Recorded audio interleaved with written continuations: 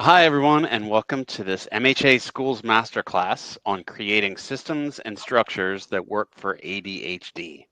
I'm your host, Greg Urquhart, and I'm with Mental Health Academy here in Richmond, Virginia. And joining me for today's Masterclass is Elaine Taylor-Klaus. Hey, Elaine, how are you? I'm great, Greg. It's great to be here. Thanks. How are you? I'm doing well. Looking forward to this. It's always good to have you. I know we just spoke in March or so for another event, and you're great. So I can't wait to see this one. Well, before we start the presentation, let me take a moment to introduce everyone here to Elaine, in case you haven't come across her work. Elaine Taylor-Klaus is a globally recognized thought leader, master certified coach, and a pioneer at the intersection of neurodiversity, coaching, and parenting. She's the co-founder of ImpactParents.com, the first global coaching organization dedicated to empowering parents and professionals who support neurodiverse children and young adults. Elaine is also the co-host of the Parenting with Impact podcast and the author of acclaimed books, including Parenting ADHD Now, Easy Intervention Strategies to Empower Kids with ADHD, and the Essential Guide to Raising Complex Kids with ADHD, Anxiety, and more.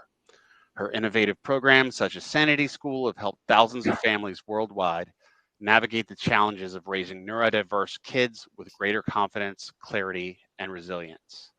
As a mother of three, including children with ADHD, Elaine brings both lived experience and a neurodiversity-informed coach approach to her work.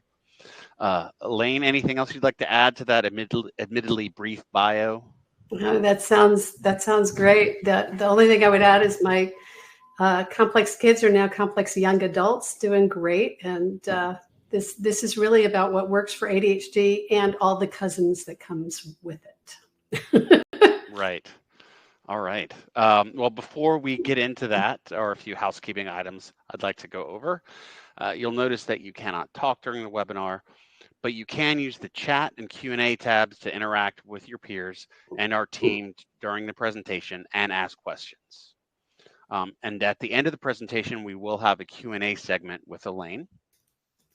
The session is being recorded, and a link to the recording will be available via the event portal shortly after the conclusion of the live webinar, along with the presentation slides and a handout. You'll also see a certificate button via the event portal once the webinar has concluded. If you cannot initially see it, refresh your page. When you click the button, you'll be prompted to complete a short evaluation survey for the session. After you submit a survey, you'll be able to download a PDF copy of your certificates. Finally, if you need any assistance during the live webinar or after, just reach out to our team via the live chat or by emailing us. Okay, with that out of the way, I'm going to disappear and turn things over to Elaine, and we'll rejoin for the Q&A after the presentation. Elaine, the class is yours. Thanks, Greg. And welcome, everybody. It's great to be here with you. I want to start by setting the stage and saying that I am a neurospicy presenter. I really love engagement and interaction, so please do not hesitate to use the chat to connect with me or with each other. I will be reading it as I'm speaking, and so if I can answer questions real time to help explain or deepen the concept that I'm talking about, that's way better to trying to wait till the end and trying to remember what you were asking about. So definitely please engage in any way that makes you comfortable and allows you to really enhance your learning. So tonight we're going to talk about creating systems and structures that work for ADHD and as I say, and its related conditions. They also work for people with any kind of challenges with executive function, ADHD, autism, learning disabilities. We're really going to talk not about solution focus, but on a problem solving approach, a collaborative approach to problem solving. So let's start with some assumptions. A student's life with ADHD and all of the related challenges of executive function can get pretty chaotic, both at school and at home.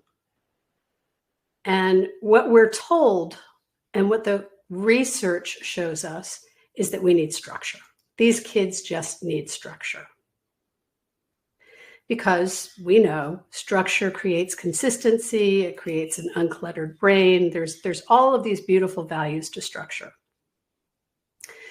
But structure is not the first step for a lot of kids with complex brains.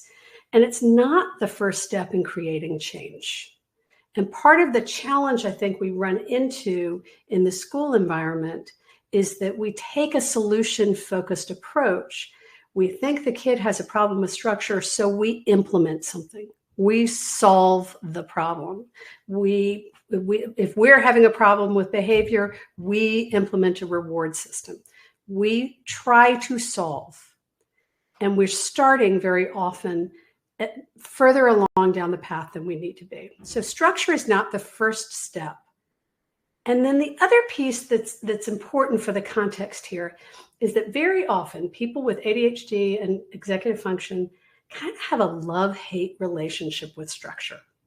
On the one hand, they really appreciate the structure, right? They rely on systems to manage their executive function. If they've found that structures work, they can really lean into it and find it to be very helpful.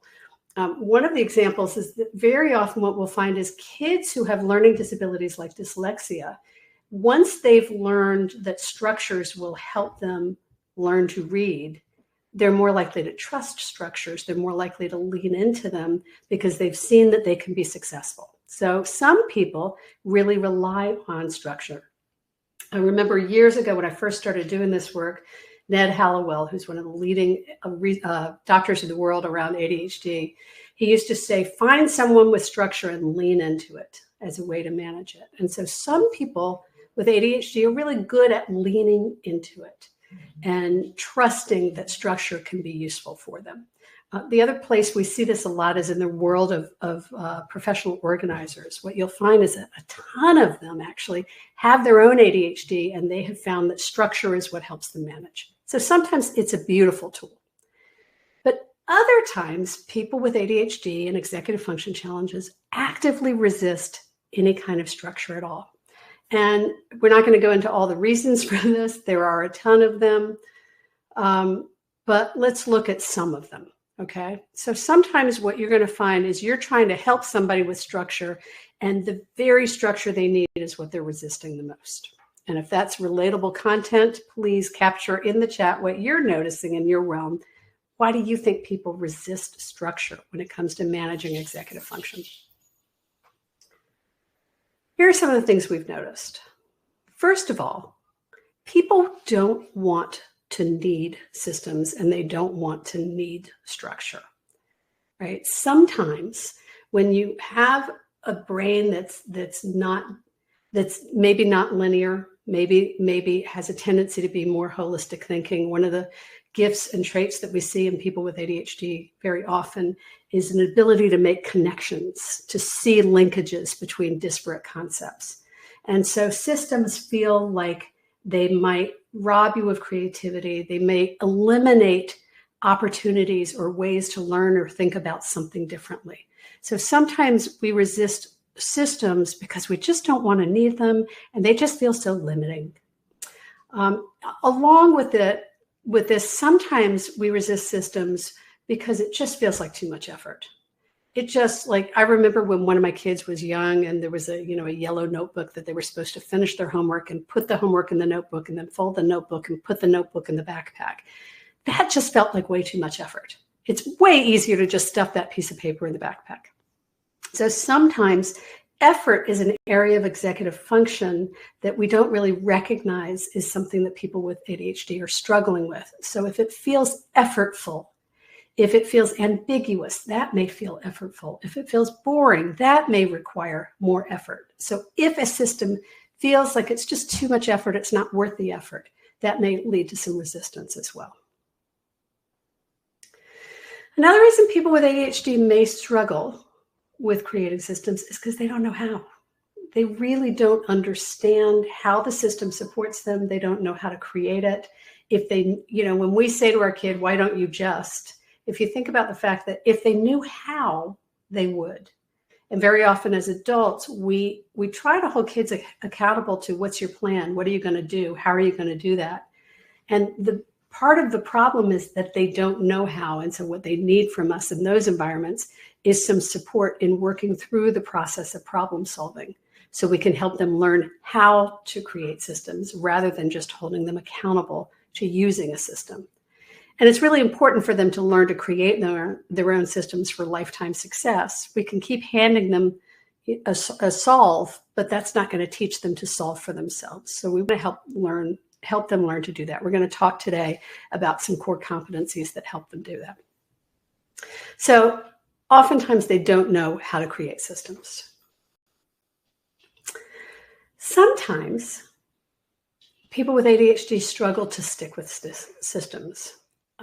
Sometimes it's because they forget. I put a system in place and then I forgot what I intended to do, or some aspect of it wasn't clear enough or wasn't in the place where I needed it when I needed it.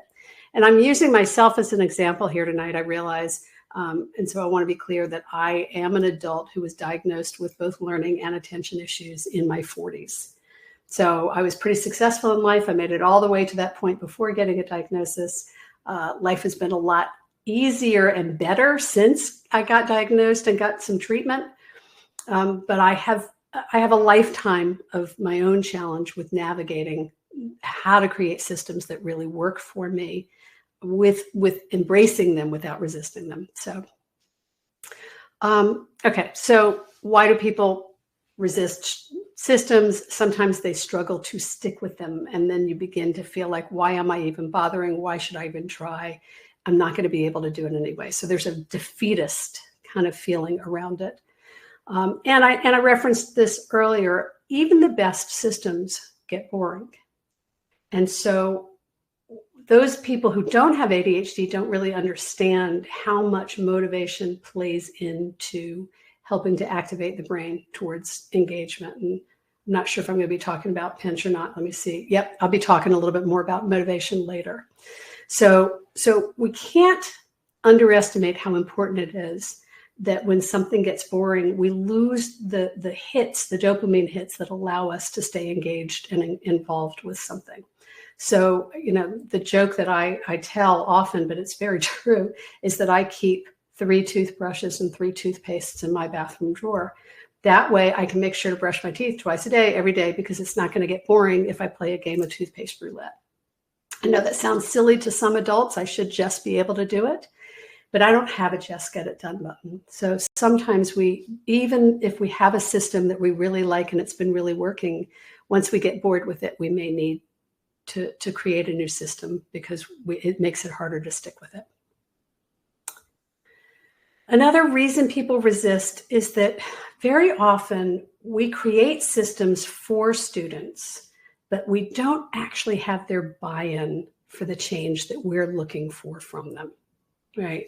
So we see the need. We see the solution that will solve their need. We tell them to use this solution, but they haven't been part of the process, and we don't have their buy-in that they want to use a system in the first place. So we create a system. I mean, the best example, universally across the world, we give students planners, which is lovely because we want to make sure they know what their homework assignments are. But if a planner isn't an effective mechanism, or isn't an effective system for a student, and we're holding them accountable to using the planner, we're missing that what we really want to be holding them accountable to is knowing what their assignments are. And so if we get their buy-in to learning what their assignments are, then we can help them come up with a strategy that works for them, because not every kid is going to do well with a planner. So we really need to have their buy-in for change. This is particularly important for teens. There's been some research that's come out in the last couple of years that's helping us begin to understand that if we create systems for kids and we don't get their buy-in and engagement in the system, we can actually be working at cross purposes, and we can actually hinder their autonomy when what we think we're trying to do is to enhance their independence and their autonomy by giving them a system that's really going to work. If they're not part of it and they're not bought into it, we can actually defeat the very thing we're trying to achieve.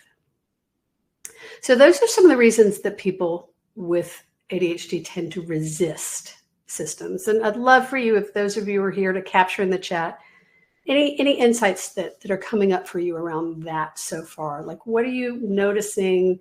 Does any of this feel familiar, either for yourself or for your students? What are you aware of from these kind of 4 areas that I've identified? Systems are not the goal, and we're going to talk about that, but creating systems means getting enrollment and getting buy-in so that people can see the value of using a system. So what needs to be considered before creating a system? I'm going to introduce you. So this was what I was saying a moment ago. Systems are not the goal. Systems are a tool that we use to achieve a larger goal. We're going to talk about that a little bit more in a little while, but I want to introduce you to the impact model. This is the coach approach that we teach both parents and professionals to use to tackle any kind of a challenging situation and to help people with ADHD and executive function challenges begin to learn to manage themselves. And as you'll see, we start by taking aim, we get curious, then we move into planning. In the planning phase, we want to consider a lot of pieces. We want to understand what's going on in the brain. We want to create a positive environment, set appropriate expectations, and only then do we get to systems and structures. So systems are not the place to start. Systems are something that we use to achieve something larger. And that concept is something we're going to hit on again and again today. I want to come back to, but I really want to really hammer that message that systems are not the goal. Systems are a tool that we use to achieve a larger goal. And so getting really clear on the goal becomes super important to creating systems that really work. True, systems are effective when there is motivation and when there is intention to use them. So we're going to talk a little bit more about that. Let me see. This is what I was looking for, then I'll go back to that. So this is a new model. Forgive the bright colors of it. We are in the process of creating a new visual for this model because we've been working with it for about 6 months, and it's really beginning to help our community and help us understand what's involved in the process of change. What do you need to have in place in order to create a system that's effective for creating lasting change? So understand, I am not even talking about the components of a system yet or how to set a system up for success. Even before that, I want to look at understanding the components of how change happens, of how we make it from thought to action. So if we have an action in mind, let's say the action is we want a student to get started on a writing project or complete 40 math problems or whatever the goal is, the action that we want them to achieve. In order for somebody with executive function challenges to initiate an action, we have to help them find a motivation for it. That means, what's in it for me? And one of the things we understand is that kids aren't motivated about doing it because it's good for them.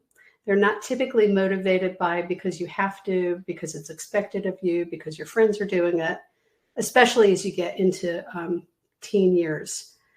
We have to recognize that motivation is absolutely essential for kids who are challenged in that kind of dopamine receptor arena of ADHD.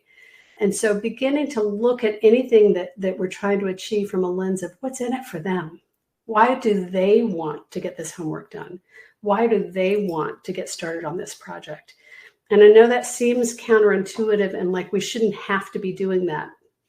But what we've learned is that when we help engage them in their why, we all understand all of the work that's been done around helping people find their why. When we help kids find their why for the smallest task, we're going to set them up for success. One of the great stories Diane tells is when her son was in about 3rd grade and he had a large number of math problems due one week. And so they broke it up into 2 nights because there were so many problems. And the first night he sat down and did the first half of the math problems. He was done in 20 minutes. They were done. The next night, it took about 3 hours. Same number of problems. And when they were finally done, she looked at him and she said, what happened? What was different? And he looked at her and he said, well, my television show was on last night. So he had a motivation that was to complete his homework so that he could watch a show. What's in it for them matters more than we've given credit. The other thing that happens after we identify motivation is to really ask them to set the intention to do what it is that they're being asked to do. We have a tendency to say, well, they're responsible for it. It's their job. It's their whatever.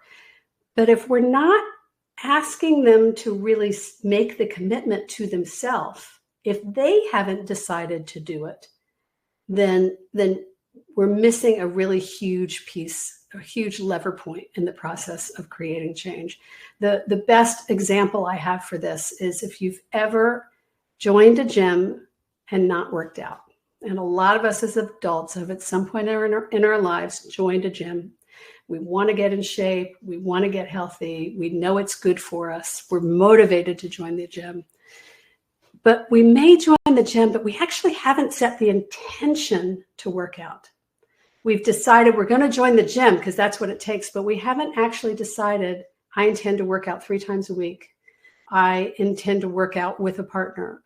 We haven't taken it from idea to intention. So intention really matters. And the same is true in a school environment, that helping kids get to the point where they're saying, yeah, I'm in, I'm going to do this. The next thing we want to look at is to identify the obstacles. This is where executive function comes in. Whether the obstacles are practical, whether they're emotional, whether they're executive function, to get from action to achieving that, from a goal to achieving the outcome, we really have to help our kids see what's in the way for them. And as I say, sometimes it's going to be tactical. I have a hard time getting started. That might be an executive function challenge. Or it might be practical. I'm not really sure what's expected of me, or I can't remember what the numbers are that I'm supposed to do. Sometimes it could be emotional. I feel like I can't do this. I'm afraid. It may be executive function. I'm distracted by other kids in the room. So helping kids understand what the obstacle is can help them begin to problem solve around addressing that obstacle. And then only then, after we're clear what the goal is, what our motivation is, that we have an intention to do it, we understand the obstacles, then we can attach a system to it. And we're going to talk a little bit more about the different kinds of systems in just a second. But in that system, we're typically attaching a system that's either going to be an accommodation or a remediation of some sort in a school environment. So there are 4 kinds of systems we may be looking for. And there are probably more. These are the 4 that we've begun to identify. And for about 10 years, we've been working with these 4. Because when we're dealing with kids with executive function challenges, these are the 4 areas that we see kids struggling the most. Sometimes they need the reminder.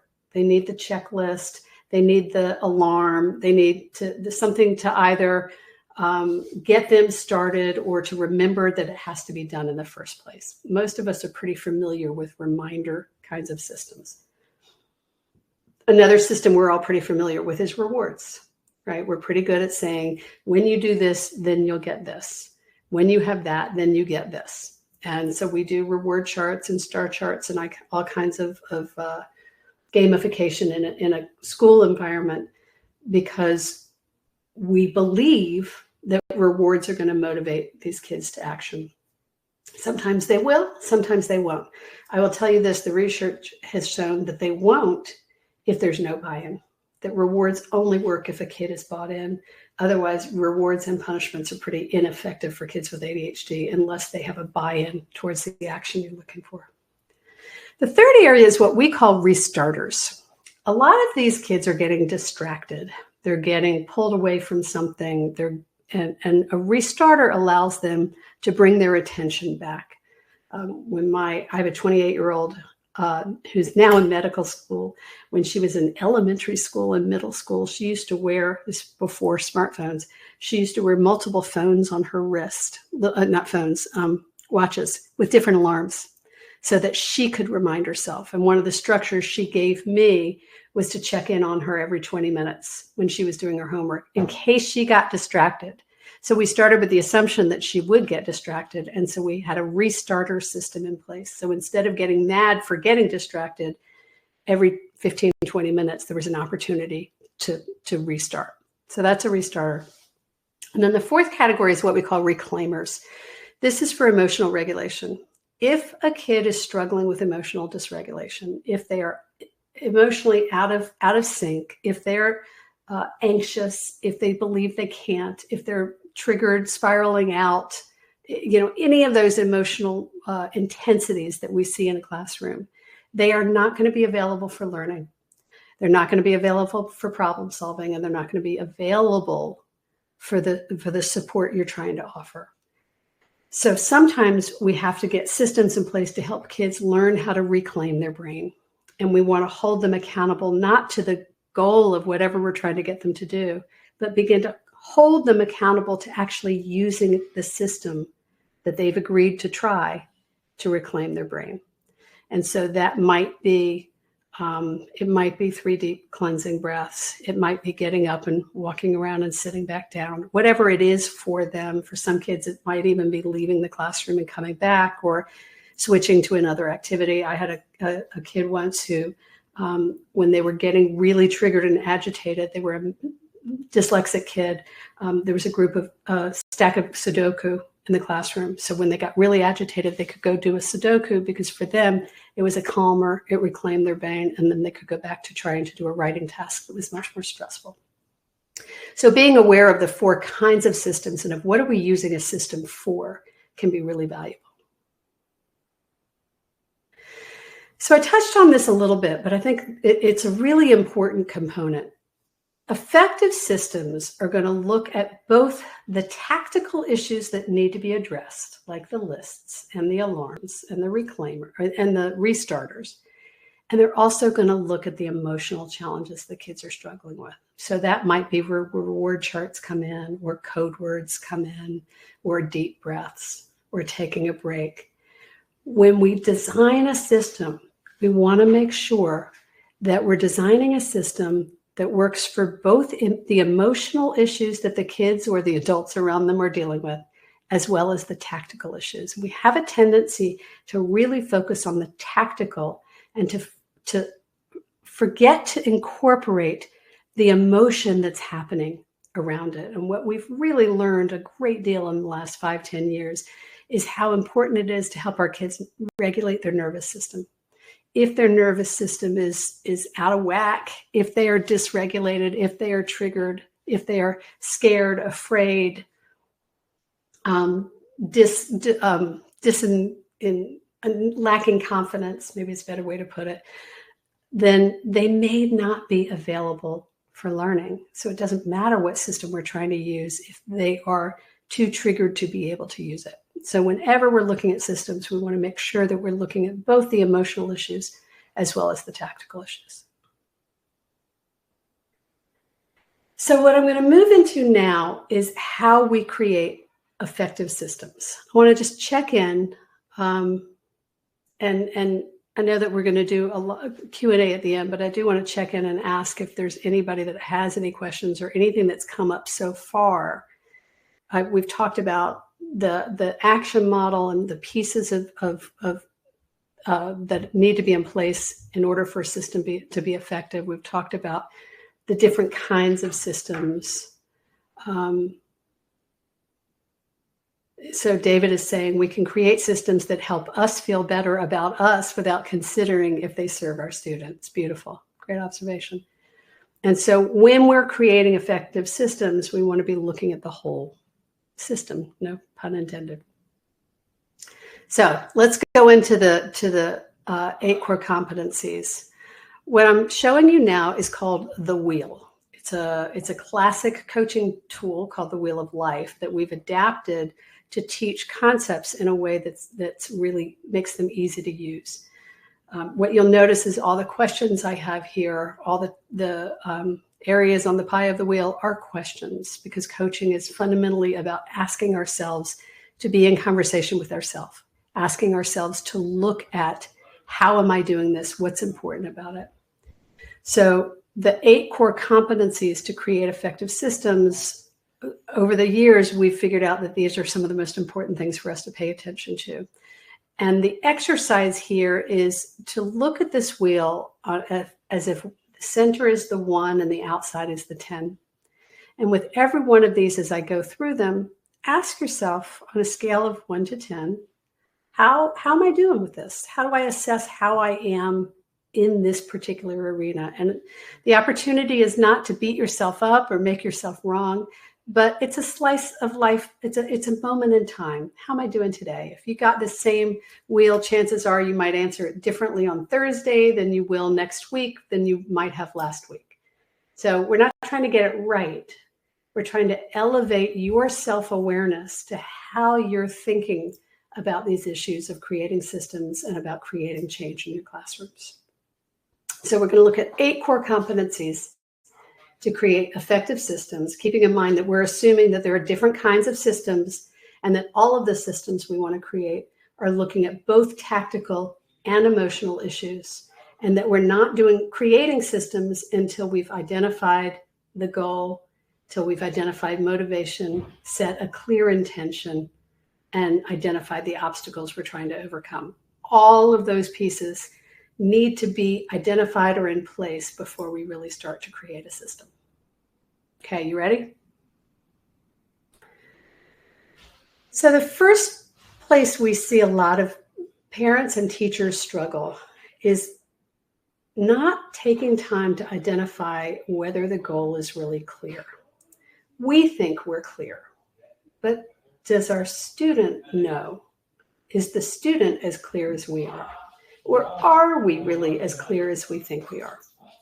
So here's an example. Very often we'll see, we'll assign a student an assignment like, let's say, writing a thesis statement to a paper. We know what that means, but the student may or may not understand that maybe that we're not concerned about what the topic is, that they could choose any topic. Or do they know they're not expected to write the whole paper? Now, we think that they know, but are they really clear? So when we talk about setting a goal, we want to really slow down and make sure that we narrow it in as specifically as possible to time and place whenever we can, so that we are all clear on what the goal is we're trying to achieve, and so that we'll have an easier job of being successful achieving that goal. Because the solutions are in the successes, and success is going to breed more success. So if we're really clear on the goal, I'm going to use a home example for those of you who have kids at home who may struggle with these issues. There's a big difference between taking aim, as we like to call it, setting the goal on mornings, and taking aim on not hitting your sibling while you're sitting at the breakfast table before you leave for school. The second is very specific, very clear goal. It's something you can problem solve around. You can help a student learn to manage. The first is a little broad, taking aim on mornings. It's kind of like taking aim on homework or taking aim on spelling. So if we could say taking aim on spelling complex multisyllable words, that would be different than taking aim on spelling, or taking aim on writing using adjectives versus just taking aim on writing. The more specific we can be with a goal, the more likely we are going to be able to problem solve effectively to create some systems to support the goal. So is the goal clear is the first thing to ask. And I would offer, maybe, is it clear to them and to us? Next, is there buy-in and or ownership? With younger kids, it's going to be more about buy-in. As they get older, it's going to be more about ownership. This is what we call the independence pyramid. And as you can see, there's a lot of pieces that go in that have to be paid attention to before we get kids to buy in and ownership. We have to focus on their self-management and our self-management. We have to be clear on what our role is so that they're clear on theirs. We want to build relationship and trust and communication so that we can collaborate with them for problem solving. So all of this has to happen before we're effectively really getting a kid to have buy-in and ownership. That doesn't mean you can't start with it, but I want to help you understand that buy-in and ownership, that a kid feeling safe enough to buy into what's being asked of them, sits on top of relationship and trust and effective communication and collaboration. So we really want to recognize that their sense of trust in us becomes a super important part of helping to create systems with them instead of for them. So are they bought in? Do they have a sense that this is what's in it for them? Typically, as I said, younger kids, what we want is to make sure we get their buy-in, and then we can collaborate with them to solve a problem. As kids get older into teenage years, very typically, what we're working towards is their ownership. And as they move into ownership, then we can move into more of a support role. But if we're trying to support them, but they're not actually bought into being the leader of this, we're less likely to get the kind of effect that we're really looking for. So we want to ask, is there buy-in and or ownership? And then we want to talk about motivation. Now, I mentioned this earlier, so I want to take a minute with this. Motivation for kids with ADHD and challenges of executive function is an absolutely essential component to helping them get anything done and helping create systems that really work for them. I alluded to this earlier. People with ADHD don't have what we call a just get it done button. That button is kind of behind the barbed wire, and it's very difficult to access. Those of us who do have high executive function, who don't struggle with motivation, do have a get it done button. And so we don't really understand why it can be hard for people to just get it done. So what we've learned is that one key thing that helps people get from I can't do it to I'm going to get this done is identifying their motivation. And the acronym we use to help you remember this and learn this and use this, and this is something you can absolutely teach to students of all ages. The acronym is PINCH. So there are 5 key areas that we've identified that really help kids with ADHD and other challenges of executive function get motivated to get almost anything done. And I want to remind you, and I know you're all educators, so you know that what we're trying to do is get stuff done, which happens in the frontal lobe of the brain. That's the executive function part of the brain. And so we need to get it activated and we need to get it engaged. So what engages kids with ADHD? Well, the first thing is play. Creativity and humor also live in this arena. And, we use a lot of gamification now in the schools.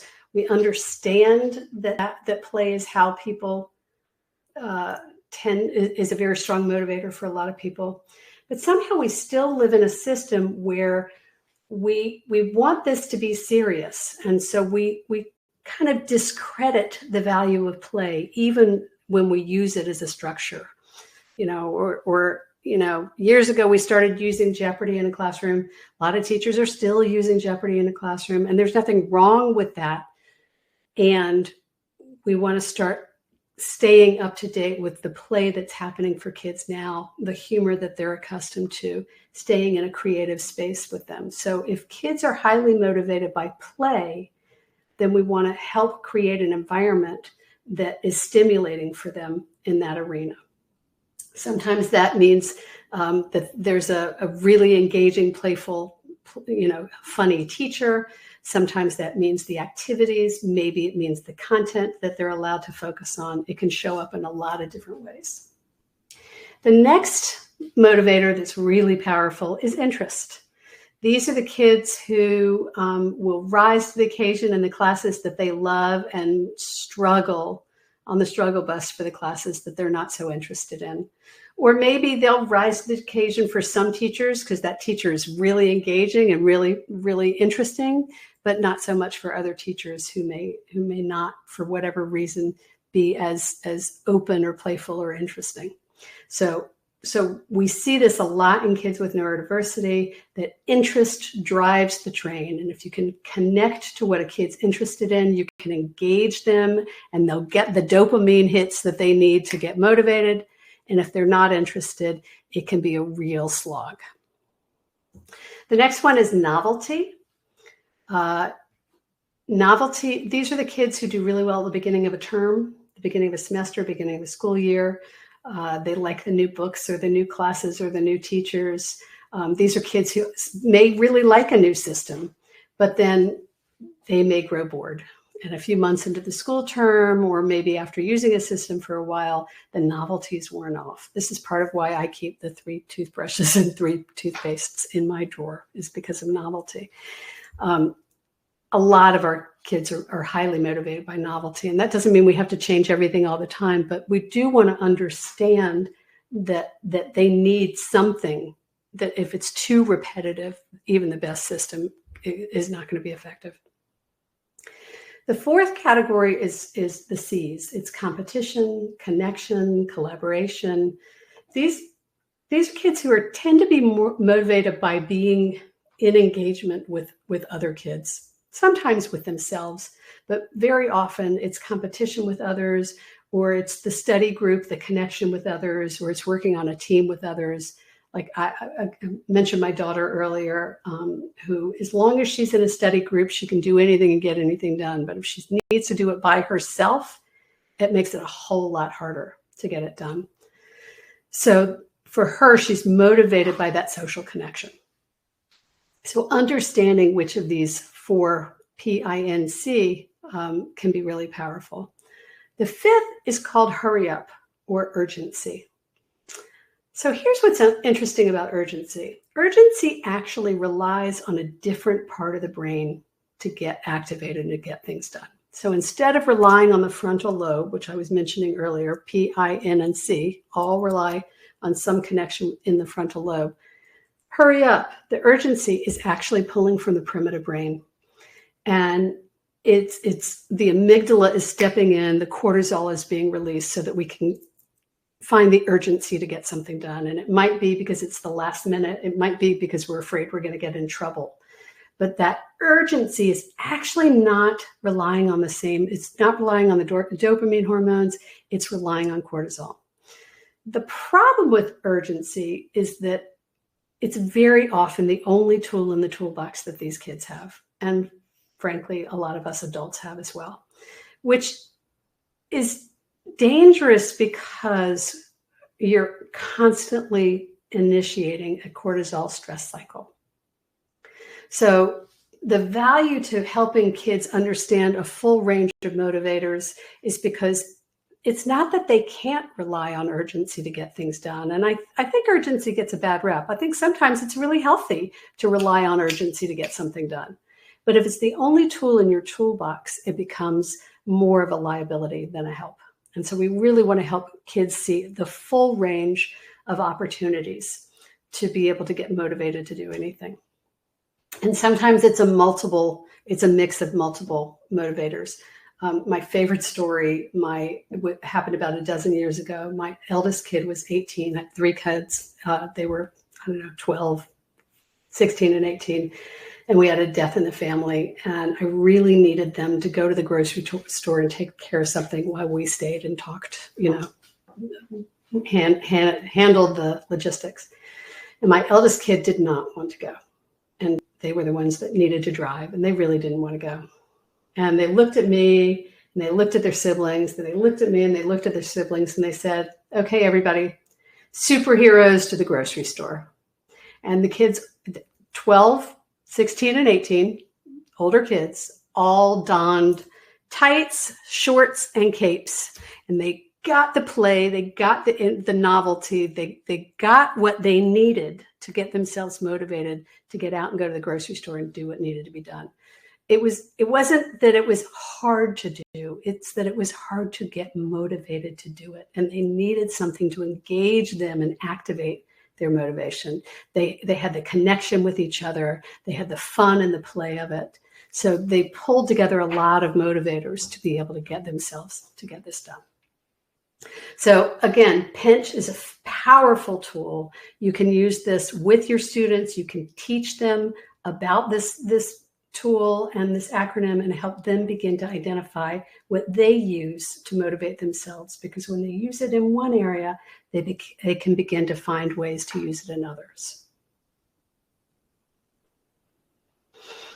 The next question to ask yourself when you're setting up a system or structure is it set up as an experiment? Now, if you remember, you saw the model earlier. We talk about rinse, repeat, and revise. We want to start with the assumption that any system you put in place is not going to work the first time. It's not going to be 100% foolproof. It's not going to hit it. And you're not trying to get it to work the first time. You're trying to figure out how to experiment with different things until you can figure out what does work, right? So is it an experiment? Is there room for failure? Are we creating an environment that makes it okay to make mistakes, that is focused on the process of figuring it out instead of only holding them accountable to the outcome? And this is hard in an education environment because we want them to achieve metrics and we want them to hit outcomes. And what we've learned is if we take the marathon view a little bit, if we slow down, we're going to speed up. If we take the time to set them up for success, to help them feel confident in learning to problem solve for themselves, we're going to set them up for the long term much more effectively than if we keep giving them a solution and they never learn to problem solve. So is it set up as an experiment? Is there a reflection time built in so we know what the time frame is? When are we going to look at it and figure out what part worked and what didn't? We like to call it the magic 3 questions. What worked? What didn't work? What do we want to try next? Or how do we want to tweak it or revise it? So really making sure when we set it up, we set up a system as an experiment and we know when we're going to come back and evaluate what's working and what's not working.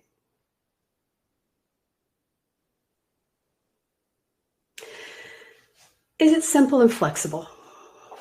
So one of the things that I think is the most important thing about creating an effective system is to keep it as simple as we possibly can and to make sure that there's room in it for it to move, right? When we build a bridge or a building, we always make sure there's ability for it to move with the wind or the water. We have the most powerful, stable buildings and structures in the world have some flexibility to them. They've got to be able to move. And so too do systems need to be able to have some flexibility. One of the things we learned in the pandemic was how absolutely critical it was to be able to adapt, to be able to shift and change, to be able to navigate uncertainty. So we want to make sure our systems, when we create them, have a little bit of movement in them. And we also want to make sure not to make them too complicated. People with ADHD often have a tendency to make systems way more complicated than they need to be because we may see every eventuality, or we may want to solve for all these different things, or we may make it too big. There are a lot of reasons why, but the simpler it can be, the better. When I was a mom with 3 small kids, I remember having a reward chart with 32 items on it. And it was very complicated. 2 points for this, and you lose a point for that, and you add a point for that. It was ridiculous. I couldn't manage it. They couldn't manage it. What I landed on was a simple system that I had each of my kids' names on the top of a piece of paper. And every time they did something good, I'd say, go give yourself 2 points. Not only did they learn to do tally marks, but it was simple, it was manageable, and it was easy to motivate them because they could see the success, and that breeds more success. So are the systems simple and flexible? Can we adapt on a bad day or a bad morning or after a bad paper or test? Like, how do we adapt and meet them where they are instead of making the rigidity of a structure be the goal? The goal is a tool the system is a tool to achieve a larger goal. We don't want the system to become the goal. That leads us to, can you reward the process instead of only rewarding the outcomes? In a school environment, we really struggle with this. Dwight Eisenhower was known as saying plans are worthless, but planning is everything. So we do need plans, and we do need to create outcomes and have objective measures. We want to know what we're trying to achieve. And for our kids, for complex kids, if we can hold them accountable to the steps, the incremental steps along the journey, instead of only holding them accountable to achieve the results, then we're really teaching them to be in the process of problem solving for themselves. And we're really teaching them how to set themselves up for success. So instead of, for example, holding a kid accountable to getting an A on a test, we might want to hold them accountable to studying 10 minutes a day, every day for a week. Even if they end up with a B, long term, they're going to be more successful by learning how to set themselves up for success by studying. So in a school environment, whenever we can really hold the kids accountable to using the tool, to trying the system, to being in the conversation about the process, we're going to set them up for long-term success much better than if we only ask them, did you use your planner? How did you do on, what was the result on that test? It's not that we don't want an outcome focus, but we don't want it to be the only focus. And we really want to begin to reward them and acknowledge them for being in the process of problem solving for themselves. And I'd love to hear anything in the chat if that kind of resonates for people. If you have questions, we're going to talk about that as I open up for questions in a few minutes, because I think this is a really fundamental piece, particularly for educators. So there are two more on this wheel. Can you reward asking for help or identifying support? One of the things that I've come to learn in this work is that asking for help is probably the single most important lifelong skill that we can teach our students. If we can help them learn to ask for and accept help without shame, without guilt, without feeling judged, without feeling wrong, if we can help them to identify what support would be helpful for you, what do you need to be successful, that's the gold, because that's what's really going to help set them up for success in life. What I used to say to kids all the time was, I don't cut my own hair and I don't do my own taxes, because there are other people who are better skilled at that than I am. And I ask them for help.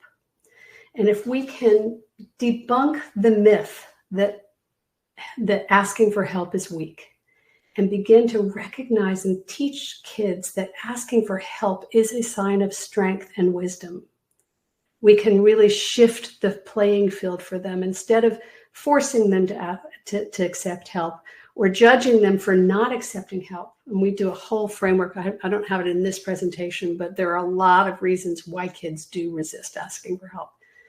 And it's largely because they don't want to need it. They don't feel like they should need it. They don't want to be different from their peers. They're afraid they're not going to be successful even with the help. There are a lot of reasons.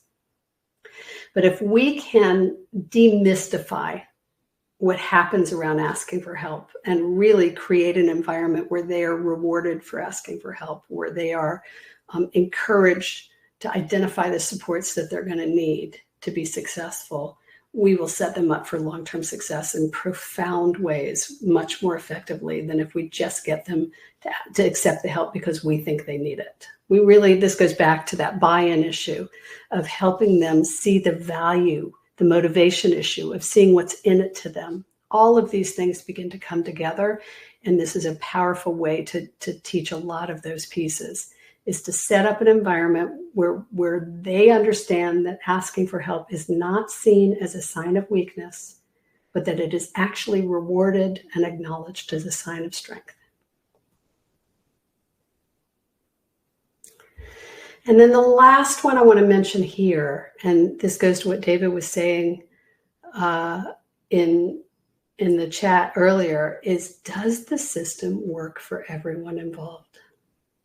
We adults, we have a tendency to create systems that are going to work for us, and we don't really consider whether that's going to make sense for them. So, an example of this might be the teacher who is trying to get to the end of a classroom and make sure they cover all the material. And so they're not giving the homework assignment till they're sure where they're going to get to, because they're not really quite sure what they're going to get to. So what the assignment is, which means that just as the kids are beginning to move classes and go out the room, they're hollering to the kids out the hall, "Don't forget your assignment tonight is." Like, that's not working for everyone involved. That might be effective for the teacher who's trying to get through a lesson understandably. And we want to make sure that we're setting these kids up for success. Do they know when it's the right time to capture their homework? Do they know where to look? Do they have some accountability structure to help them for that, just that one example? So does it work for everyone? If you've got working parents and you're trying to get parents to supervise something in the evening, is that a reasonable expectation if you've got parents who are doing shift work? Like, how do you begin to look at not only what is it we're trying to get them to achieve, but the process to get there? Is that something that takes into consideration and accommodates the environment that our kids are trying to learn in? So these are what we consider the 8 core competencies to create effective systems. These are the questions to ask yourself and to ask students to begin to look at when you're starting to create a system. And I'd encourage you to take a minute here on a scale of, draw a circle on your paper, take a photograph of it on a scale of 1 to 10. How are you doing with these different areas? What do you feel like you're doing pretty well? Where do you feel like you could use some focus? In the Wheel of Life, we encourage you to draw a line between all of these so that you see how bumpy is the wheel, right? Is this a clean, smooth running wheel, or do you have some really strong areas and some gaps? And there's no judgment here. There's no right or wrong here. It's just an awareness of what is working, what isn't working, where do you want to begin to focus? And maybe even you'll look at one area and say, okay, I really feel like I'm doing pretty well with making sure there's ownership and buy-in, but I think I want to really focus on that. Or I'm doing pretty well with keeping it simple, but I think we could simplify it even more. Like, pay attention to what's the one area that you might want to focus on so that you're not trying to do everything. Because part of what happens to our kids is yes, there are lots of things they need to learn to master and lots of things we expect them to do. But if we're trying to get them to be accomplished at everything at the same time, it gets overwhelming and it's hard to know where to focus. The same is true for us. So yes, I want you to consider all of these over time, but I invite you to start with one area and get some success under your belt, because it really does breed more success. We often say when parents come to us, sometimes there are those kids, it's like, this kid just needs a win. We just need to get this kid a win. And it could be a teeny tiny win, but something to begin to move the needle and help them see the possibility of success for themselves. That hope is so important. So where do you want to focus? What's one area that you want to hone in on? And how rocky is your ride when it comes to creating effective systems? One more kind of key concept before we wrap and move into questions. The language that we use in our community a lot, we run a lot of coaching groups for both parents and professionals. So we have a lot of therapists and teachers in our groups as well. A lot of people will kind of zoom in from wherever they're working, during the week. They'll find a group that meets their time frame. And one of the lead questions we ask when we're trying to create systems with kids, and this is true for kids of any age, is whose agenda is it? Very, very often, and this goes back to that buy-in and ownership, very, very often we are asking kids to do things that are our agenda, not theirs. And it's not that we can't have an agenda. But if we don't help them see what's in it for them, if we don't begin to look through the lens of their agenda, we're not actually leading them towards the buy-in and the ownership that we really want to get them to. So we're not looking for compliance. I know we think we are because we've got these metrics to hit and we got to get these kids to be successful and we got to get them to graduating and all of that. And whose agenda is it? If a kid is not really bought into what is it going to take to finish high school or to finish 5th grade or whatever it is, then no, we're going to end up frustrated and pounding our heads against the wall because we don't have them engaged in the process. So asking the question, whenever you find yourself struggling with a kid or they're not complying or they're not working with the system that's set up, ask yourself, whose agenda is this really? Is this kid just yeah-ing you, or is this kid really bought in? Because you're going to get a different engagement depending on whether they're really bought in or not. So that's a really powerful question to kind of put in a context of all of this. Trying to decide how to bring this in tonight. This is a model that we teach about the 4 phases of empowerment. And phase 1, 2, 3, and 4 has to do with us, the adult, not our kids. It's how we're approaching them. All of us start in phase 1 in the director mode. It's natural, it's important. Teachers are naturally directors. We are taught, to disseminate information didactically. So we all start in phase 1. If we really want to foster a sense of engagement and agency and ownership, we need to begin to shift out of phase 1 and into phase 2. We need to start collaborating more. That means that instead of setting the agenda and telling them why they should buy in, we start sharing the agenda and enrolling them in buying in. We start engaging them in the process. When they're ready and they start taking ownership, when they start feeling like it's their agenda, then we can move into phase 3, where we become the support role and we turn to them and say, okay, you direct us. How do you want me to support you in this? How do you want me to help you with this? But a lot of us, well, let me just finish. So that's phase 3, support role. And then phase 4 is champion. That's when we're kind of the cheerleaders and the wise advisors. This is when we want them to come back to us and ask for our sage advice. What happens a lot in the realm of supporting kids, especially complex kids, is a lot of us adults get stuck in phase 1. The kids push back and say, lay off. We get frustrated. We throw up our hands. We say, okay, you do it on your own. And we think we've jumped into champion mode. But really, we're not setting them up for success. The bulk of the work of supporting these kids happens here in phase 2 and phase 3. Support, collaborate, support, collaborate, support, collaborate. That is where the magic happens for these kids. We collaborate with them. We collaborate. We work with shared agenda. We help them get buy-in. We help them begin to be in the process. Once they take ownership, we move into support role. And we say, how can I help? And what do you need from me? Or what do you need from other people? Or let's teach you how to learn to accept help. And then we go back into collaboration mode around something else because they've got the ownership. And now we take aim on something else. But if we don't want to do it all at once, we're constantly dancing in this arena. So parent involvement, teacher involvement changes as our kids begin to take ownership. But it's not a steady line. So we have kids that may take full ownership when it comes to their extracurriculars or to one of their classes, but maybe not in other classes. And so we may be in collaboration mode with them in some arenas, support in others, champion in others, and then sometimes it's exams and they need us to go back to director mode for a minute before we go back to collaboration.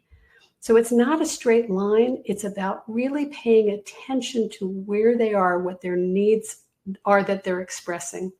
We often guide parents and teachers through the exercise of asking yourself, if you take any given dilemma or situation in mind that you've been struggling with a student, ask yourself, what phase are you in? What phase do they want you to be in? And what phase do they need you to be in? Typically, those are going to be 3 different answers. Very often, we're in phase 1 They want us to be in phase 4, and they need us to be somewhere in phases 2 and 3. So really understanding that this is a dance, it's not static, and it's constantly changing, and it's going to change with every student in any given day or week, depending on the activity. So I just want to kind of revisit this before we wrap for tonight. I told you this is a work in progress. It's a new tool that we're teaching. So we've actually changed the word action to the word goal in this new tool. So when you've got a goal that you want to take action on, I want to remind you how important it is to identify the motivation, to help the student understand, are they really intending to do this? Are they committed to this? Are they engaged? Do they believe that they can? We're going to make sure we clear the obstacles and we help plan for overcoming the obstacles, whether it's practical or emotional or addressing specific gaps in executive function. And then we're going to create a system and attach it based on what the needs are in that moment for that particular issue. So whenever you're trying to problem solve for any change of behavior that you're looking for with kids with neurodiversity, I want to really encourage you to ask yourself these questions. What's in it for them? Do they really intend? Have we clarified the obstacles? And what system can we put in place? And so I'm going to stop today with and open up for questions. I think I got, no, I didn't. So oftentimes when we ask this, rather than just asking your insight, I want to break it down for you how I would with somebody with neurodiversity. I want to ask you to answer 4 questions. The first is, what were you focusing on today? I know what I've been talking about for the last hour, but what had your focus? Was there a particular student, a particular class, a particular assignment you've struggled with your students? What had your focus? And what's your clarity around that focus? What was your insight from today? What's the aha you're taking away from today? And please capture it in the chat. That will help us with the discussion. What's your insight or your awareness from this last conversation? Based on that awareness, is there one realistic action step you might want to take? Maybe it's one conversation you might want to have with a student or with a colleague. Maybe it's one tweak or shift you want to make in a rubric or a design. What's one way, one change you want to commit to, one action you want to take? And the last question, and this is so important, is how do you want to set yourself up for success with that action? Let's go back to that gym analogy. We can join a gym, but unless we make sure we have shoes and make sure we have a workout partner and we put it on our calendar, we're probably not going to use it. So how do you want to set yourself up for success with whatever you're committing to today? This is the coach approach. This is about, it's not enough to say what we want. It's about coming up with a plan for how we're going to achieve it. And that's really what I want to guide you in today. So please capture in the chat, what are your insights? What are your takeaways?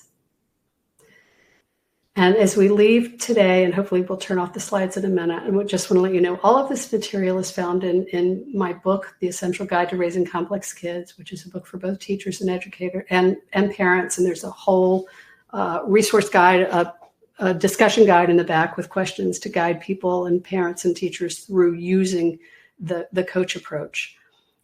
And it also is in our program, Sanity School, which is a program for both parents, and there's also a version for teachers.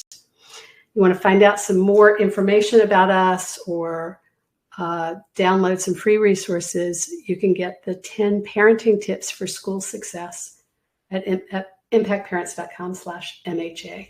So please capture that in the I guess we'll capture it in the chat. Feel free to go download something and let us know if we can support you in any way. I guess I do want to end by saying we have programs for both parents, teachers, and all kinds of helping professionals, both training programs and certification programs. So if we can support you, let us know. And now let's go back to, what are your insights? What are you taking away?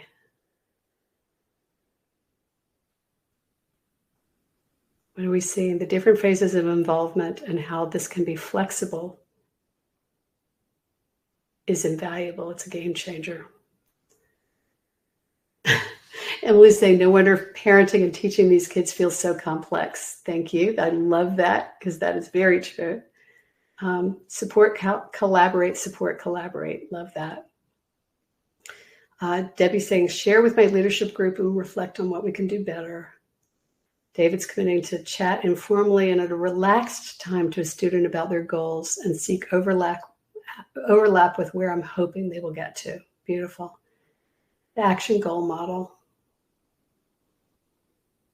Interesting to consider the different motivators of pinch. Yeah, it's a powerful tool for kids. So, Greg, are we able to pull off the slides and be more visible? Doing that now. I'm having a little technical issue. That's okay. Trying to maximize your window, and it's not. It's okay. Rating. So how can I support you folks? I love Laura saying, help the student, or Debbie saying, help the student find their why. And that's such an interesting one because it's so, we so often fall into that old framework of, well, because they're supposed to, it's their responsibility, it's their assignment, it's their homework. And you know, most of us work because they pay us to work. You know, most of us like appreciate the bonuses at the end of the year. I love what I do. And I also want to be engaged in the why of what I do. That's what gets me up in the morning. And we want to help our kids identify what the value is for them, what's in it for them. Okay. So what questions do we have? All right. Sorry about that. I have a few questions to get started, and then I do encourage everyone to use the chat to ask questions, and we'll get to as many as we can. Okay. So what's the ones I set down? I was curious when you were talk about students with ADHD. Are you specifically talking about those that have been quote unquote officially diagnosed? Nah. Not at all. That's why I qualify a lot. We're talking about kids who are struggling with life or learning or behavior or social issues or emotional issues, all of these different ways that these challenges show up for our students. And as educators, we're dealing with all of it. So it's not just about, are they turning in the assignment? It's about how is what's happening with the student next to them influencing their ability to be present to the discussion in the classroom. That's part of their learning. And what we've learned and what the research has shown us is that kids have to be safe to feel available for learning. And as educators, like, you have the most profoundly important job in the world, which is to create a safe environment for these kids to feel safe enough to learn. And I know that sounds, I don't know, it's not enabling them to do that. It's understanding the fundamentals of the brain. And if the brain is triggered and offline, it's not going to be available because you're not going to be working with the part of the brain which really helps them learn. So it's in our best interest as educators to help our kids to understand what down regulation looks like for them, to help them understand for themselves, to help them engage and get buy-in. And I don't care if they've got a diagnosis or not. These days we are dealing with complex kids in a complex world. And there are not a lot of kids out there who aren't dealing with the complexities of the world that we live in. We're living in an interruption-driven environment. We now have AI jumping into the game. There's so much going on that this conversation was targeted for kids with ADHD or attention issues or executive function issues. But really, the beauty of universal design is it's applicable to all kids. It is not by any stretch just for kids with ADHD diagnosed. And with that being said, how do you make sure that, if you design classroom activities or focus that the kids with attention deficit issues or similar issues in mind, like if you design classroom work or things like that, how do you do that without leaving the kids who don't have those issues out or feeling like that they're getting special treatment? Well, so again, I go back to the concept of universal design, right? If we design systems that work for neurodiverse brains, we're going to design systems that work for all brains, and all boats will rise. There is probably not a student who shows up in any grade actually that doesn't at some point or another experience something that might look like symptoms of neurodiversity, whether it's from stress or medication or a social dynamic or a fight with a parent in the morning. You could have the most neurotypical kid in the world who has a bad fight with their parent before they walk into school that morning. That kid's going to be dysregulated. That kid's brain is not going to be fully online. Their executive function is going to be addled. And every kid is in a school environment at some point or another is going to struggle with some aspects of attention or emotional regulation or social dynamic. That's just the nature of what it is for kids to grow up. Okay, thank you. And any specific tips or like, from your own experience about ways to help students with ADHD, just shorthand for issues, attention issues or anything like that, maintain their structured habits across transitions, like changing classes, school breaks, summer, et cetera, et cetera? Well, that's a great question. So transitions are probably one of the key issues that people struggle with kids with attention issues and executive function challenges, because almost everything's a transition.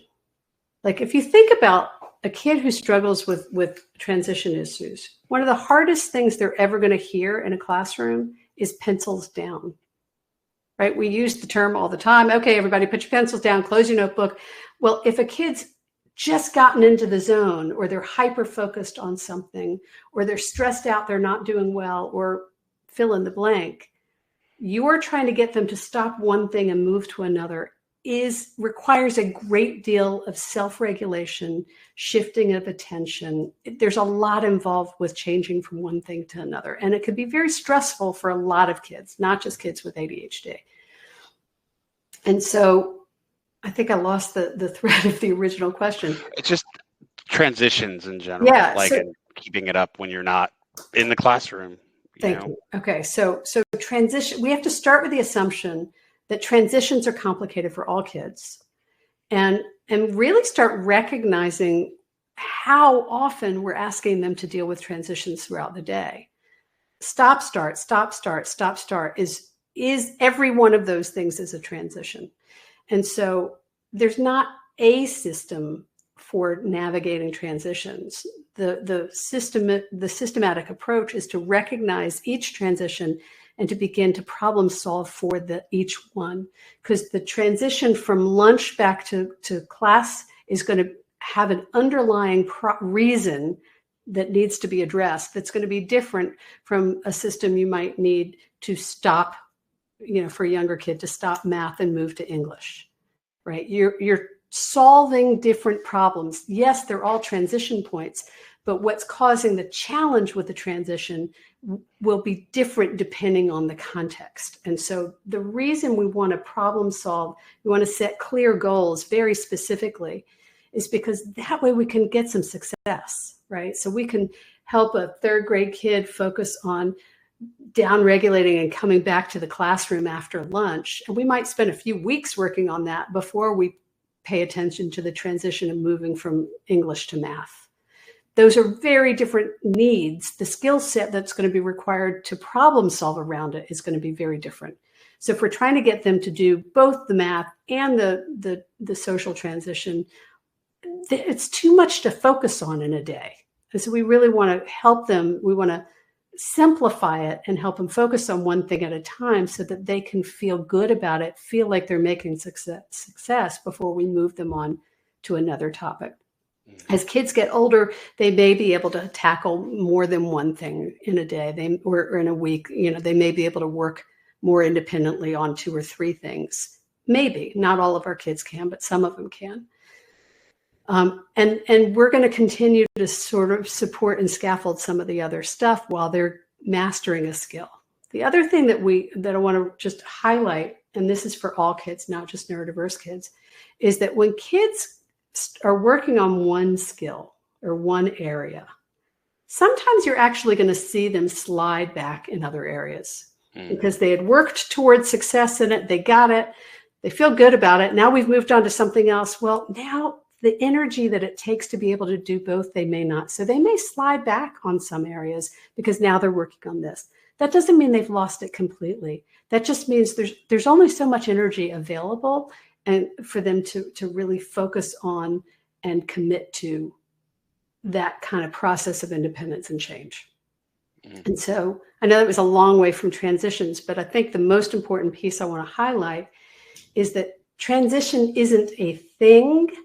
Transition is underlying almost every challenge we're trying to address. And so we really need to be more specific than that. Okay. And I'm curious about, in general, just about the work with parents and getting buy-in, from the parents. And so a couple specific ones on that, and then if you can just talk, if you want to take those and go with them, that's great. But what are some strategies teachers can share with parents to make structure at home feel supportive rather than maybe overwhelming for busy parents? It's like, oh, another thing. Yeah. And here's what we've learned. The work that we teach, everything that I've taught you guys tonight, this is kind of the tip of the iceberg of what we call a neuro-informed coach approach, right? There's the technical language.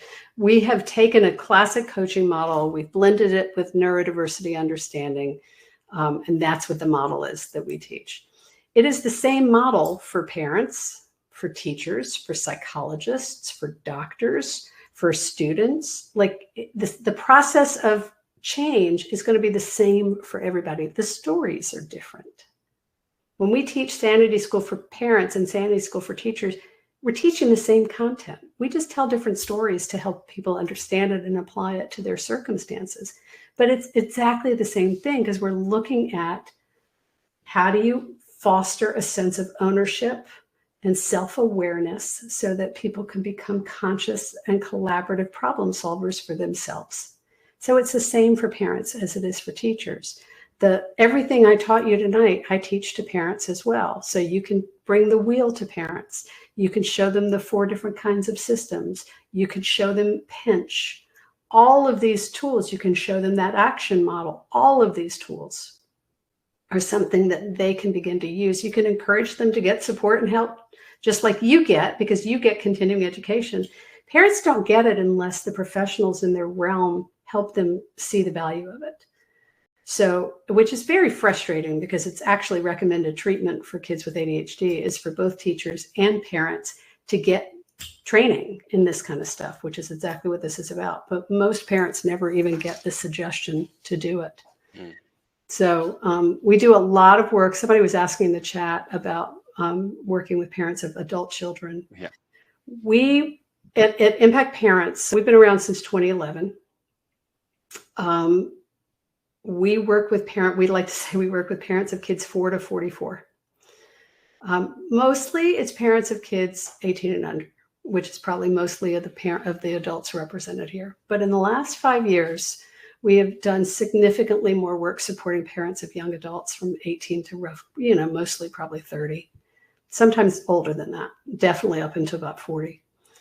And because there's a lot of these complex kids were not set up for success in their education and their life. And there's no fault to anybody. We know so much more now than we knew 10 years ago and 15 years ago. So you have a ton of kids in their 20s right now who are fumbling and failing to thrive.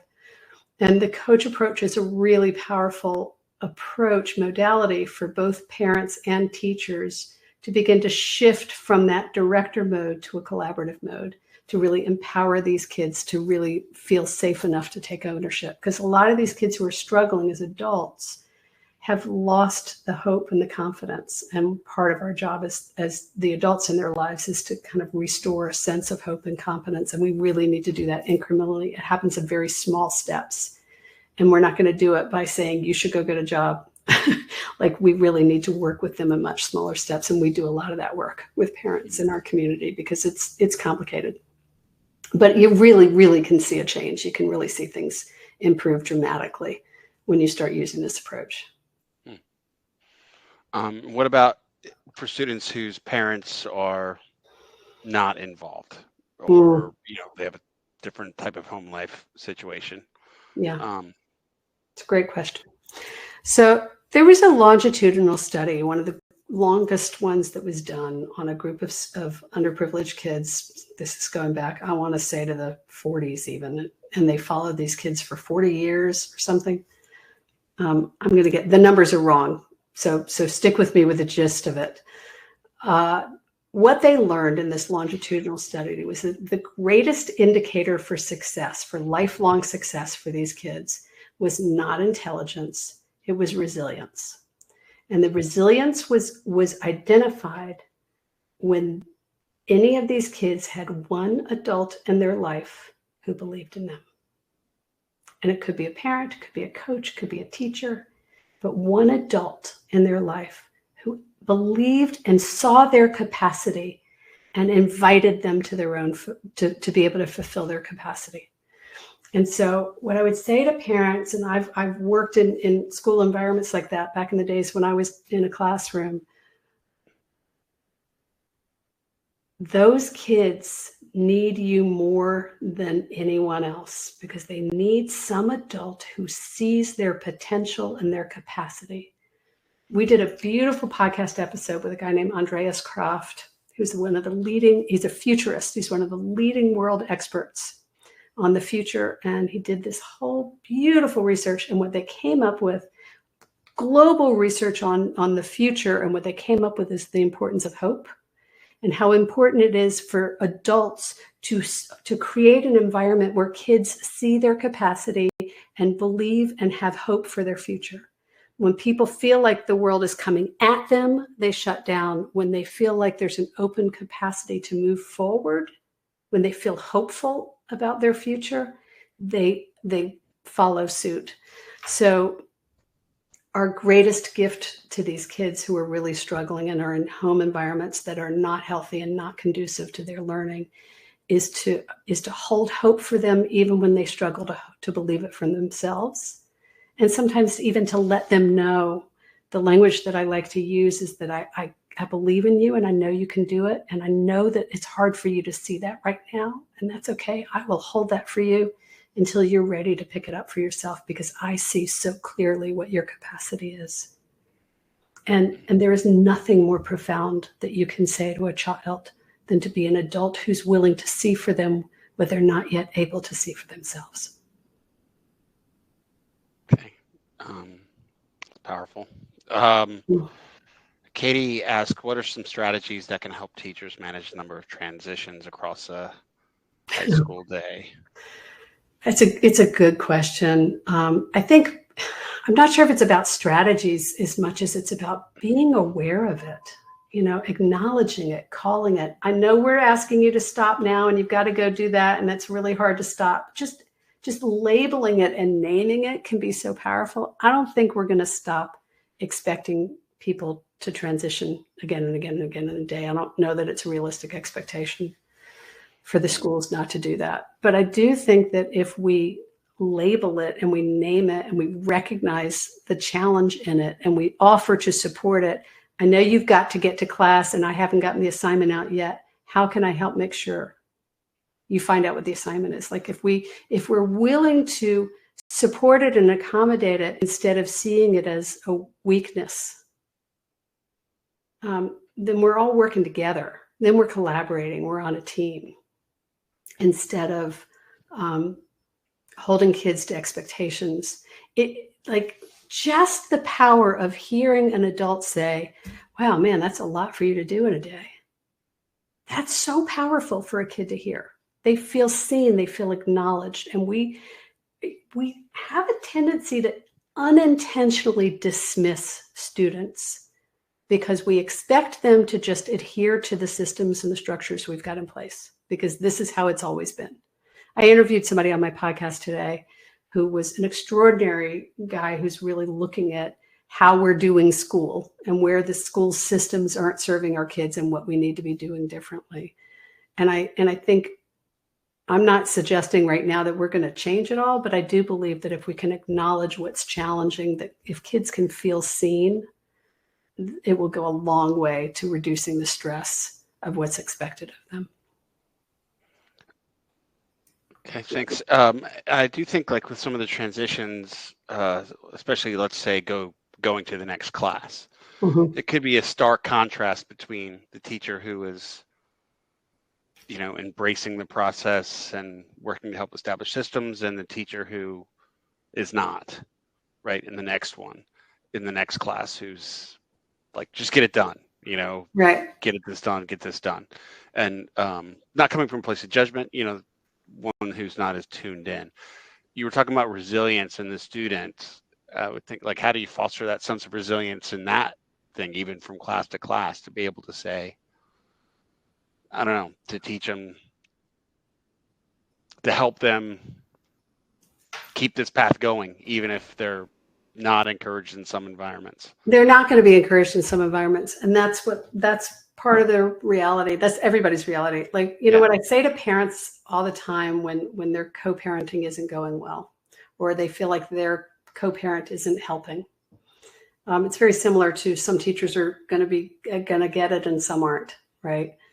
Part of our job is to help our kids be in relationship with other people. And sometimes those are relationships that are helpful and healthful and useful and, restorative and nourishing and all of that. And sometimes they're challenging. And some of our job as the adults in their lives is to support kids in being in challenging relationships. And sometimes that challenging relationship is going to be with another teacher. And that's an important life lesson for them to figure out how to navigate. We don't want to rescue them from all hardship. We would like to round the corners for them so that it's not quite so edgy. And sometimes we can be the teacher or the counselor or the administrator who says, yeah, I know that teacher's been doing this their way a long time, and that's really hard for you to be with. And that may be what that kid needs, is to learn how to navigate that. Now, if it becomes obstructive, if their needs really aren't being met, if their disability is not being supported, that's a different story. But I don't think that's really what you're asking.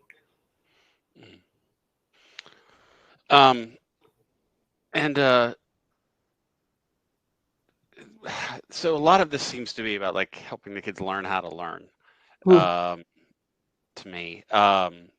And I know you've spoken on this before, so excuse me for from covering stuff, asking questions about stuff you've already covered, but I'd like you to expand on it. It's great to say we're going to celebrate the process, not the immediate results.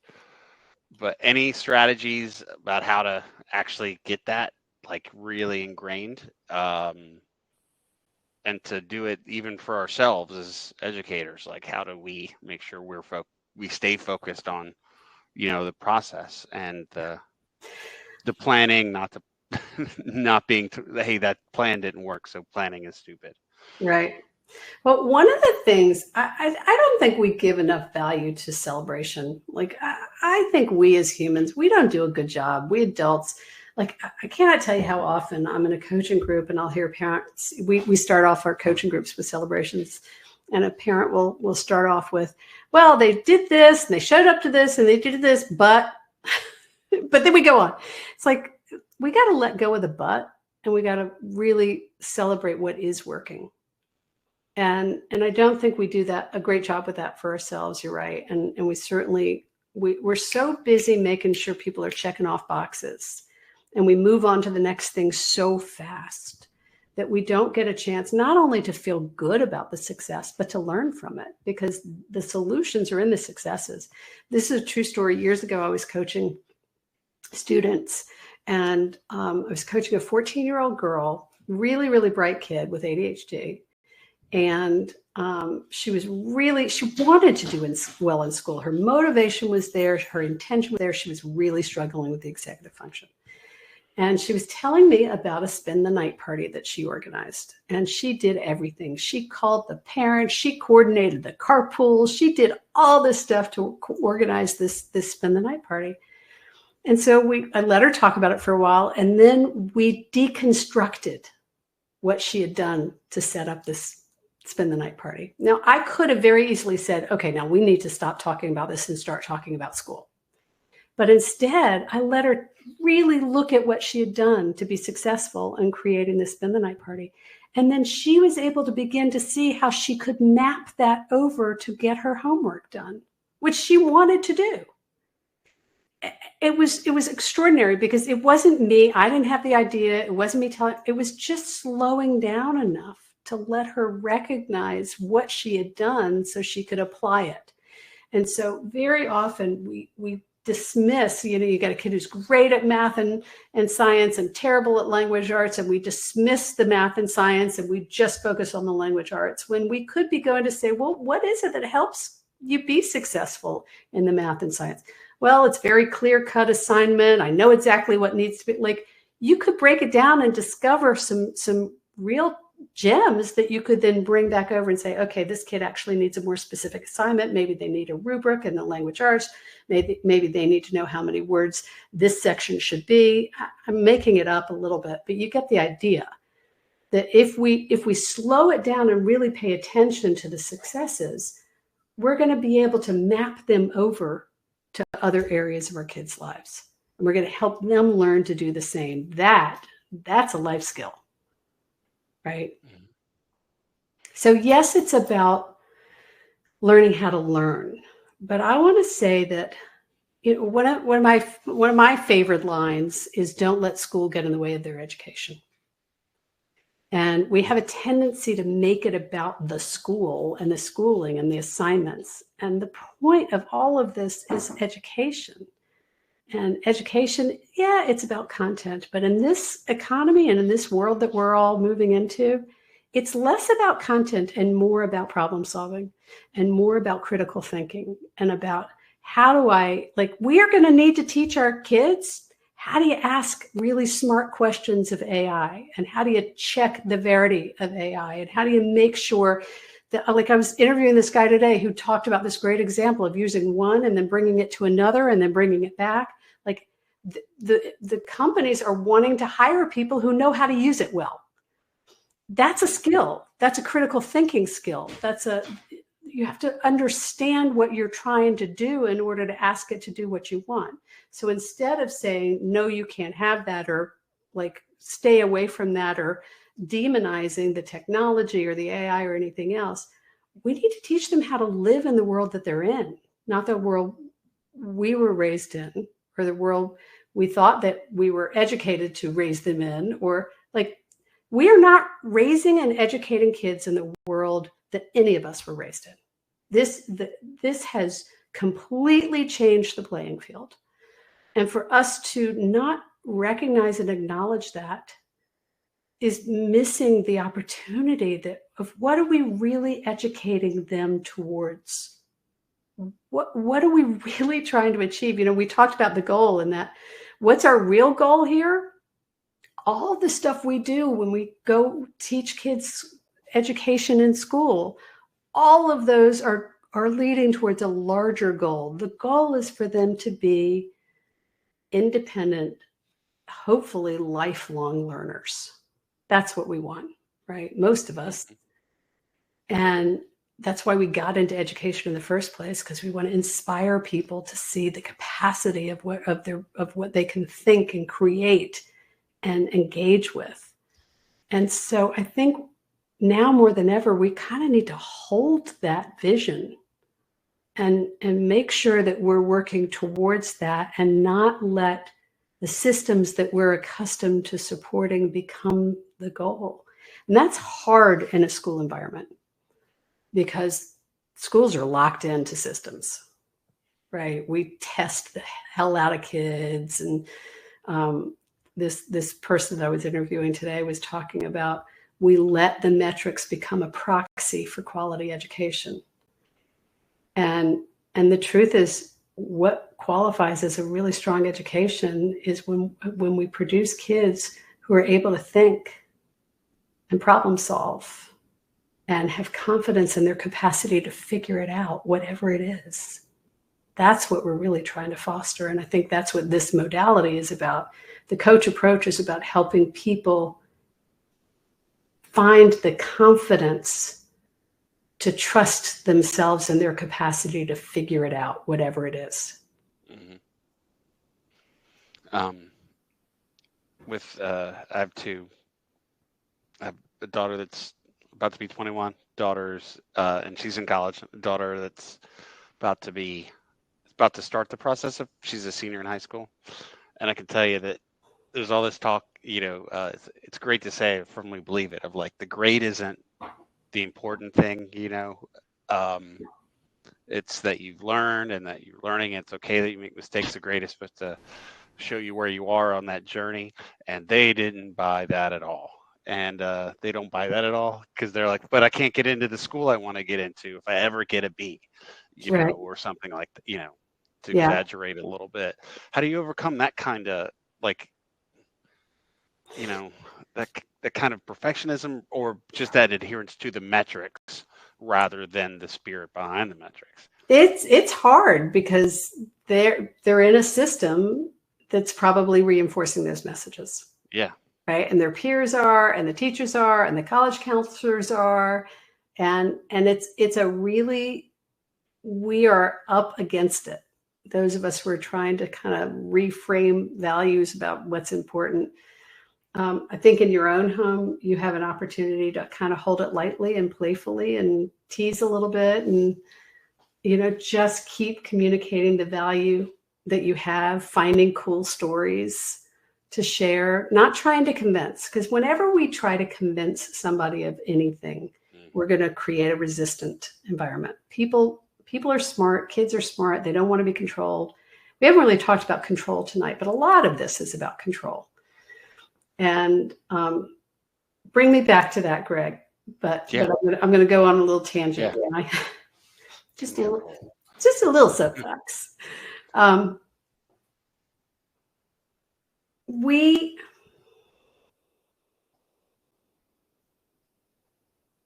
Kids are smart and they want control. And when I say we are not raising kids in the world we were raised in, when we were raised, most of us, even the youngest amongst us here today, even those of you who are, teachers, educators in your 20s and 30s, you were raised in a world where there was a certain sense of authority. And we kind of knew what the authority was. The authority was the teachers, the authority was the parents, the authority was the government, depending on where we live. We had a sense of what authority was. And what's happened in the world in the last 20 years is we've broken down any real clear agreements as to what is and isn't authority. And because we have supercomputers in our pockets, our kids at a much, much earlier age are starting to, I don't want to say challenge authority, but they don't even have a sense that there is authority.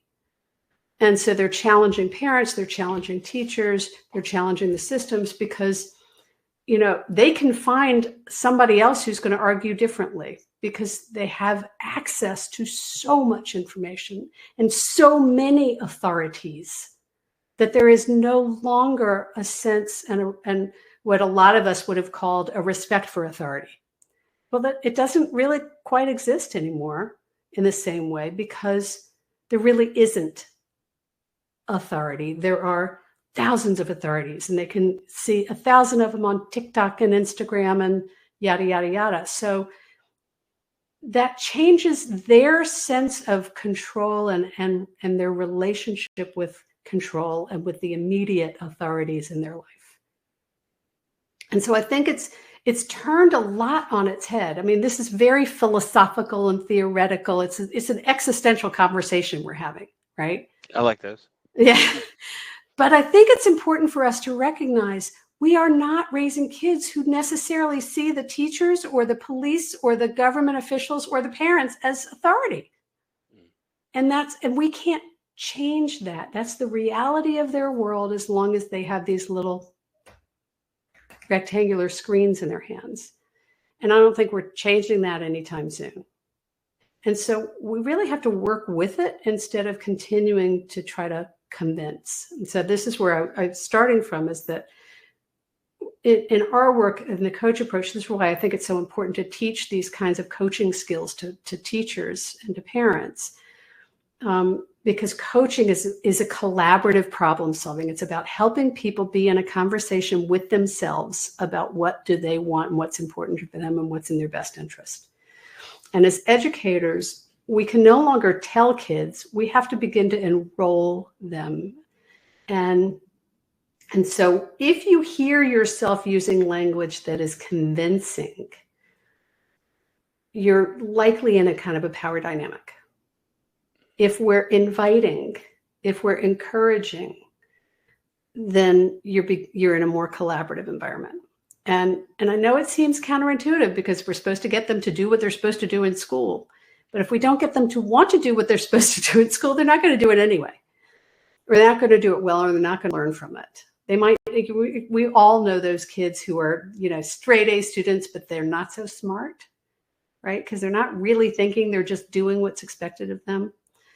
And so this is calling on us as adults in these kids' lives to be conscious and thoughtful and aware of what's happening to them in their world and how that's influencing their availability to learn, their ability to learn, their interest in learning.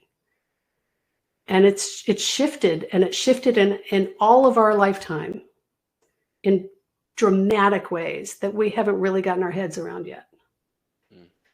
And so the coach approach that I'm talking about is, I don't have answers, but I can teach you a tool, a skill set that you can use to improve the way you communicate, to foster a sense of agency and independence, and to help these kids figure out what the best path is for them, because that's what it's going to take for them to be successful in life. We were speaking about like AI, for example. I couldn't agree with you more, like working with it. But I also think that it's a possible way to mask some, like the use of that as a way to, I see a lot of kids, and I hear from my kids, a lot of kids who are unstructured, and instead of dealing with that, they use AI to kind of check the boxes to just phone it in a little bit. Yeah. And sometimes these systems almost encourage that because, it's some people, sometimes they'll get caught, but it seems like the risk reward is skewed. I think that as long as we're vilifying it, that you're going to have that. I mean, you're always going to have some people who are going to try to beat it, cheat, whatever. I mean, that's a values issue, and helping our kids, instilling values is a lifelong practice for parents and educators.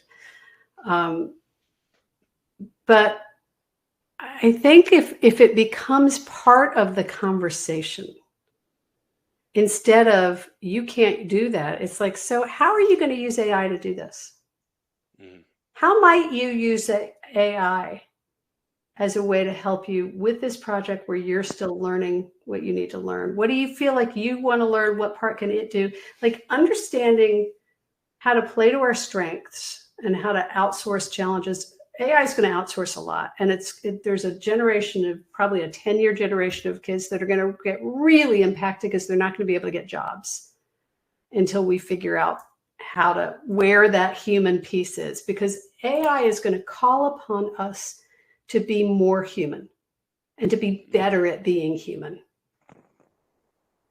The challenge is that we have to know what that means, what that looks like. And we don't know yet. We're gonna have to figure it out. And there are going to be some kids that I think are going to get impacted in the wake of it. But AI, I mean, my husband, who is also a master coach, serves on the International Coach Federation AI Advisory Council. So he has a digital background, and we were just talking about it yesterday because they had their first meeting last week. And we really believe, and I think this is very true, is that AI is going to call upon the human race to be human.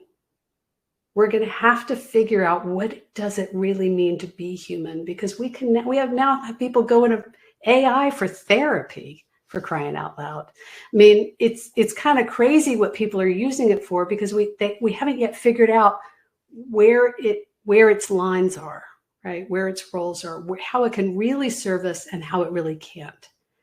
And I'm not worried about losing coaches and losing therapists, because I think what we're going to find is that ultimately people want to be in human dynamic relationships. I don't think we're going to lose teachers. But if AI can put the information over there so that we as teachers can guide kids on how to use the information and how to think critically and digest and process, then we're actually using our time more effectively, and it'll be much more interesting, right? Mm-hmm. But we have an old paradigm we're going to have to turn on its head a little bit, because we don't need to do the same kind of, we don't need to do the work that the computer can do for us if we can get the information so that we can use the data towards something the computer can't do for us. And that's what we're going to be in the process of figuring out in the next 10 years. It's going to be fascinating, but it's going to have a lot of growing pains. Yeah. I mean, I always think of the calculator analogy. It's like calculator came out, thought it was like, well, there's no need. It's doing all the math. It's like, it's not. You can do a lot higher math without, doing all the paperwork of dividing or multiplying 8 digits by 8 digits. Right. Like, it helps. So you can actually get more work, do the things where your insight is needed and where creativity comes in. Exactly. And Stephanie's saying in the chat, AI needs to be seen as a tool, not the solution. And that's exactly what this presentation was about. Mm-hmm. Right? Systems are a tool to achieve a larger goal. They're not the goal. AI is a very sophisticated tool, but it's still a tool. We have to decide what the goals are and use it towards working towards the goals, but not let it become the goal. And that's our work. But the same is true if I want to bring it back to tonight's presentation. That is exactly the same thing that we've been talking about all night, is how do we use a system or a structure in a way that's engaging and enrolling and inclusive and thoughtful, so that we are guiding kids to see their capacity and learn how to exercise it. Learn how to manage themselves. The goal is, I often say that our job is to be especially as parents, is to be on the journey with our kids who are on a journey. And our journey is to understand them well enough, and this is true for both educators and parents, to understand them well enough to help them understand themselves well enough to want to learn to manage themselves. A lot of our kids have let go of wanting to, because they don't feel like they have a choice, because they don't feel like they can, because they feel overwhelmed, because for a lot of reasons. And so some of this is about helping them feel a sense of agency and capacity, because the world does make it feel like, well, why bother? And that's not where we want these kids to be. We want them to believe that they have agency and capacity to have an impact in the world. And that we have the capacity to help them with. On a similar note, I'm just curious, so forgive me for my own curiosity, but what are your thoughts on like phone bans in schools and things like that? I mean, part of it is supposed to be to eliminate distractions, but it is something that people have in their lives all the time. do you think it's misguided or the right idea? Which not putting words in your mouth. Which way do you fall on that? I think there's some interesting research. I think that it's not that it doesn't work, but I think anytime we ban something without giving people a voice in it, where you're going to get pushback and resistance, and they're going to fight the system. If you put a system in place that they haven't been part of creating, you could probably guide kids in a school environment, especially high school kids, actually probably kids of all age. You could guide kids through a process of deciding for themselves to put the phones in the timeout or the whatever. They would choose it, and then they'd be bought into the system.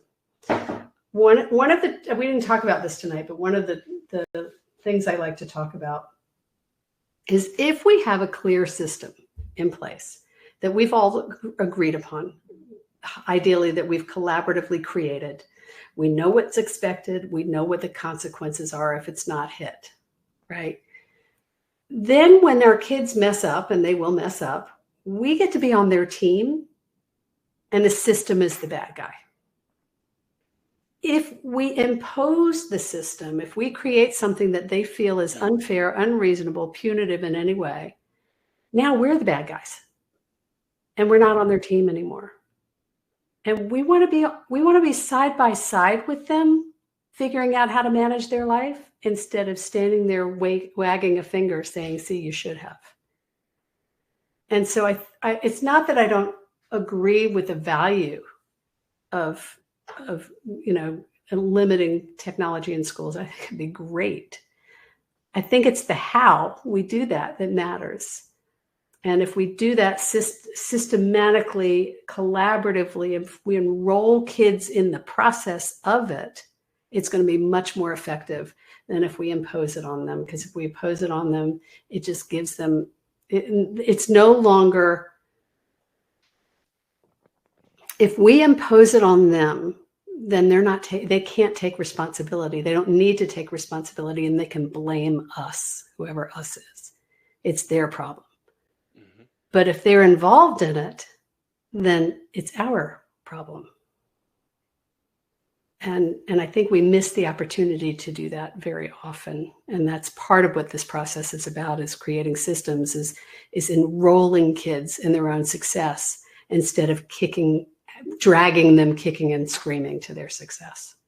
Much more fun the other way. Yes.